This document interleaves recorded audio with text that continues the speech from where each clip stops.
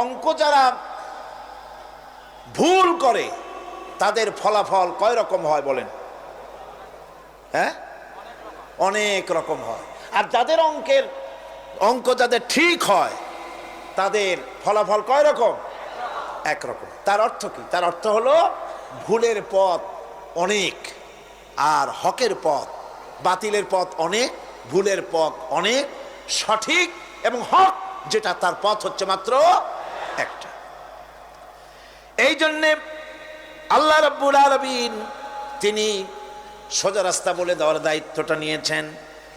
কোরআন বলছে প্রত্যেকটি সৃষ্টির শুরু হতে শেষ পর্যন্ত 4টা স্তর পার হতে হয়। তার সর্বশেষ স্তর হলো হেদায়াত। 4টে স্তর পার হওয়ার সর্বশেষ স্তর হচ্ছে হেদায়াত। আল্লাযী খালাকা ফাসাওয়া ওয়াল